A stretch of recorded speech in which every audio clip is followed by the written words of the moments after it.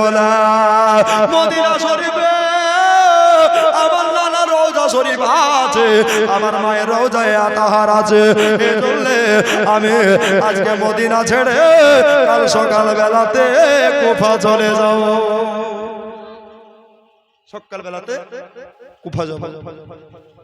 এশার নামাজ পড়ে মন খারাপ, মনটা ভারী করে হোসাইন আছে। এবার সময় নেকরাম ব্রাদার ইসলাম আমার হোসেন মুর্তজা বাড়িতে ঢুকতে পারে না, দিয়ারে দাঁড়িয়ে দাঁড়িয়ে কাঁদছে। নিজের মায়ের পেটের বোন হযরতে জয়নব রাদিয়াল্লাহু তাআলা আনহা ভাইয়ের কান্না দেখতে পেলেন। কান্না দেখে লিয়া বলছেন, ভাইয়া গো তুমি কাঁদছো কেন? চোখের পানি তোমার কেন পড়ে যাচ্ছে? বলল, শুনলে বোন আমার, এজিদের একটা চিঠি আমি হোসেন ছিঁড়ে দিয়েছে, এই জন্য আজকে আমাকে মক্কা মদিনা ছেড়ে আমাকে কুফায় চলে যেতে হবে। বলছে তাই নাকি? বলছে হ্যাঁ।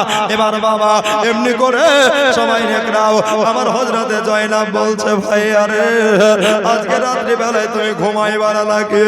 বললো আমি আজকে রাত্রি বেলায় ঘুমাতে পারবো না, এই জন্য কেননা আজকে হলো আমার মদিনাতে জীবনের শেষের রাত। জোরে বলেন সুবহানাল্লাহ। বললেন ভাই আরে তাহলে তুমি কি করবা? বললেন আমি আজকে নানার রওজা শরীফে যাব আর নানাকে আমার আখেরি সালাম দিয়ে আসব। জয়নব বলছেন, ভাই তুমি যাবা? বোনরে আমার ঘোড়া নিয়ে আসো। ওই ঘোড়াতে চড়ে আমি নবীর রওজা শরীফে যাব। আর নবী আমার বলছেন মক্কাতে আল্লাহর ঘর কাবা আছে, ওই কাবাকে কেউ যদি চামড়া চোখে ডাইরেক্ট দেখে আর বলে এটা আল্লাহর ঘর কাবা, তার আমলে 1 লাখ নেকি দেয়। জোরে বলেন, 2 বার দেখলে 2 বার নেকি দেয়। আর মদিনাতে নবীর রওজা শরীফ আছে, এই নবীর রওজাকে যারা একবার দেখবে, নবী আমার বলছেন মান যারা কবরি ওয়াজাবাত লাহু শাফাতি। নবী আমার বললেন যারা যারা যারা আমার রওজাকে দর্শন করলো আমি নবী তাদেরকে শাফাত করে জান্নাতে নিয়ে যাব। জোরে বলে সুবহানাল্লাহ। এই জন্য কবি বলছে, দেখিতে গুম্বাদে খাজরা ডেকে নাও ইয়া রাসূলুল্লাহ। জোরে বলে সুবহানাল্লাহ। এটা একটা দোয়া, একটু জোরে বলেন সুবহানাল্লাহ। দেখিতে গুম্বাদে খাজরা ডেকে নাও ইয়া রাসূলুল্লাহ। দেখিতে গুম্বাদে খাজরা ডেকে নাও ইয়া রাসূলুল্লাহ। দেখিতে গুম্বাদে খাজরা ডেকে নাও ইয়া রাসূলুল্লাহ। দেখিব তুই নয়নেতে মদিনা ইয়া রাসূলুল্লাহ। জোরে সুবহানাল্লাহ। আর একবার জোরে ইয়া রাসূলুল্লাহ। দেখিব তুই নয়নেতে মদিনা ইয়া রাসূলুল্লাহ। বাবা তো নবীর রওজা হোসেন যাবেন, বলছেন কি ব্যাপার? একটা ঘোড়া আনতে অনেকক্ষণ কেন লাগছে? তাকিয়ে তাকিয়ে দেখলেন আমার হোসেন একটা ঘোড়া নয় 2টা ঘোড়া নিয়ে হাজির হয়ে গেছে। জোরে বলেন, এই একটা ঘোড়া বললাম 2টা কেন? বলছেন ভাই আরে আমার তুমি যেই নানার রওজা শরীফে যাচ্ছ আমিও সেই নানার রওজা শরীফে যাব। রাত্রি বেলাতে আমাকে মানা কইরো না। একটা ঘোড়ার বদলে 2টা ঘোড়া হলো। এবার বাবা ইরান দেশের বাদশার বেটি হোসেন পাকের বেবি আপনার হোসেন পাকের শাহজাদে সুবহানাল্লাহ হযরতে আপনার শেহরবানু বলল 6 মাসের বেটা আলী আসগরকে কোলে নিয়া মা আমার বলতেছেন স্বামী গো আমার, আপনি এত রাতে কোথায় যাচ্ছেন? দয়া করে মেহেরবানি করে আমাকেও নিয়ে চলে। বললেন বিবি রে আমার, তোমাকে এত রাত্রি বেলায় যেতে হবে না। বাবারা, আমার মা বোনেরা, রাত্রি বেলায় তোমাকে যেতে হবে না। শেরবানু বললেন স্বামী গো, আপনার কাছে কোনোদিন আবদার করে নাই, আপনার কাছে গুজারিশ করে নাই, তবে একটা কথা আপনার কাছে শোনেন, আমি হলাম ইরান দেশের বাদশার বেটি। আপনার বাপের বাড়িতে চাঁদির গ্লাসে পানি পান করতে আপনার বাড়ি এসে মাটির গ্লাসে পানি পান করি, এতে আমার কোনো দুঃখ নাই। স্বামী গো, আপনার বাপের বাড়িতে আমি বিছানায় রেশমি বেডে ঘুমাতাম, আর আপনার বাড়ি এসে খেজুর পাতার চাটাইতে ঘুমাই, এতে আমার কোনো দুঃখ নাই। তবে খলিফাদের মাল হিসাবে উমর ফারুকের বেটার সাথে আমার প্রথম বিয়ে হয়েছিল, যুদ্ধে পরাস্ত করে যুদ্ধে হারিয়ে দিয়ে আমার সঙ্গে আপনার বিয়ে হয়েছে। বুজুর্গ, আপনি নবীর রওজা শরীফে যাচ্ছেন, আমাকে আপনারে নিয়ে যেতে হবে। 7 বছরের বেটি হযরত সাকিনা রাদিয়াল্লাহু তাআলা আনহা, তিনি বলেন আব্বা গো, আমাকেও দয়া করে নিয়ে চলেন। ওই থেকে সুগরা 11 বছরের বেটি বলে আব্বা গো, আমাকেও নিয়ে যেতে হবে। এদিকে আউলে মোহাম্মদ জয়নাবের বেটা জনলাল বলতেছেন আব্বা গো, ওই আমার মামা হোসাইন গো, আমাকেও দয়া করে নিয়ে যেতে হবে। এদিকে আলী আকবর 18 বছরের নওজওয়ান হোসাইন পাকের বেটা, তিনি বলছে আমাকেও নিয়ে যেতে হবে। এদিকে জয়নাল আবেদিন 26 বছরের বেটা হোসাইন পাকের, উনিও বলছে আমিও যাব।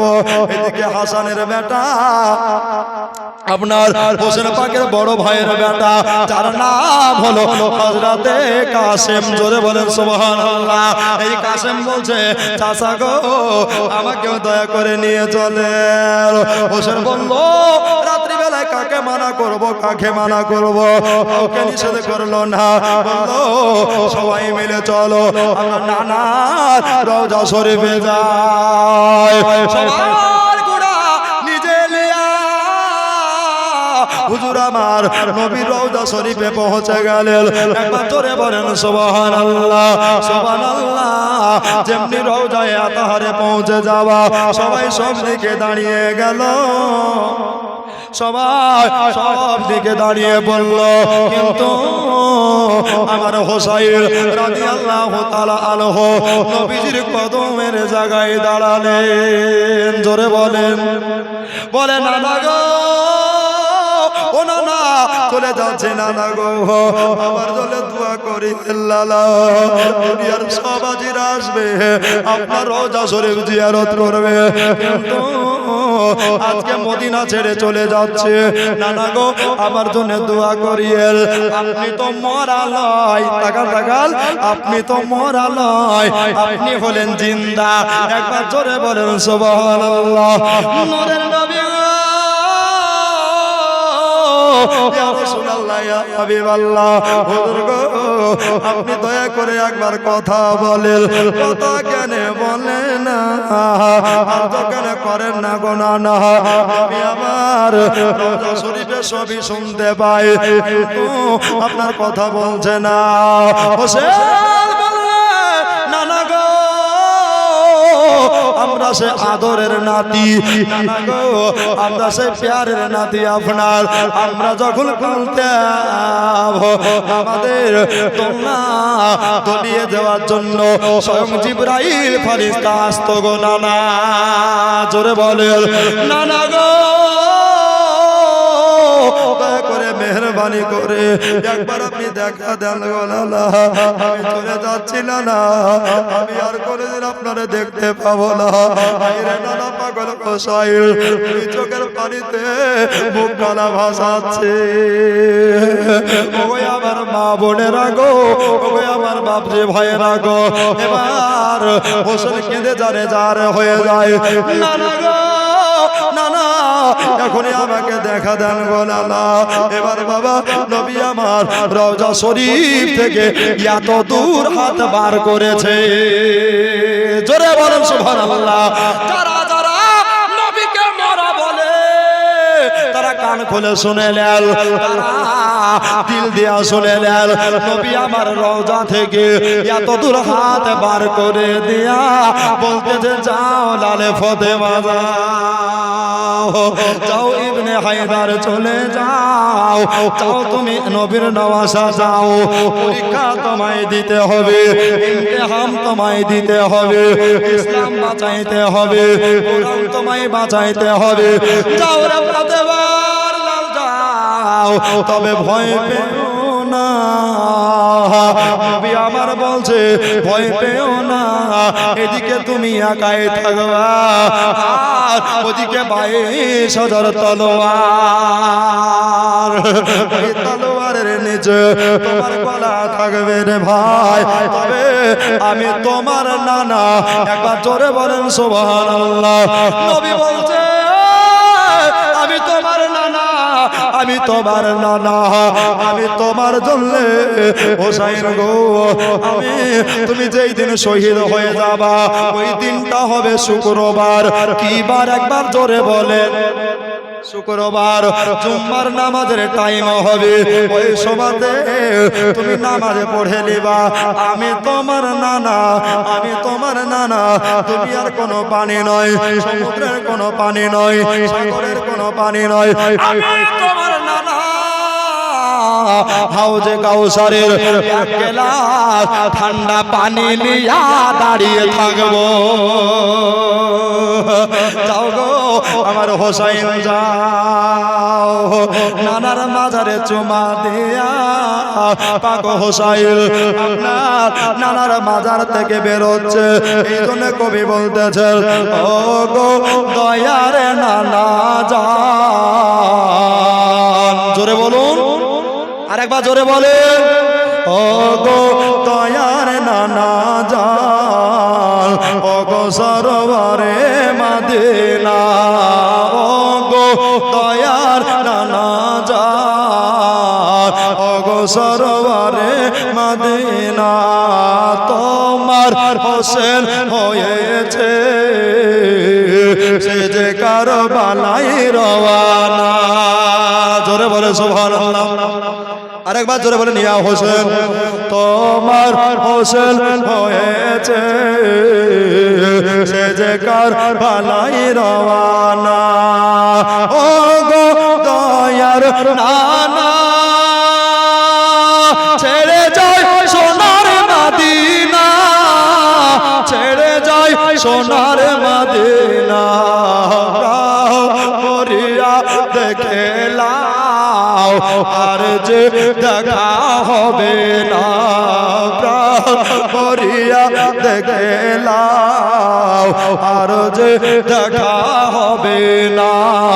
ও গো দয়ার নানা যান, ও গো সরোবরে মদিনা, জোরে বলো। হোসাইন নানার মাজারে শেষ সালাম দিয়ে বার হয়ে গেল।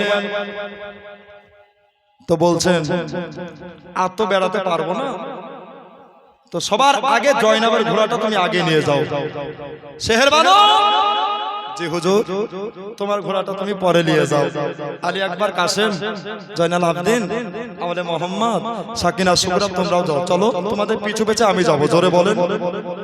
বলছে তাই হয়, আপনি হচ্ছেন আমাদের ইমাম, আপনি আগে যাবেন। বলছে না, তোমাদের নেকরানি করতে করতে আমি নিয়ে যাবো, জোরে বলেন সুবহানাল্লাহ। সবার শেষে হোসাইন চলছেন, সবার ঘোড়া আগে আগে যায়, হোসেনের ঘোড়া পিছে পিছে যায়। নানার মাজারে সবুজে গম্বুজের দিকে একবার তাকায়, আমার হোসেনের চোখ দিয়া পানি পড়ে গেল। নানার দেখা হবে না, আর ইয়াদাত করা হবে না, আর মুলাকাত করা হবে না।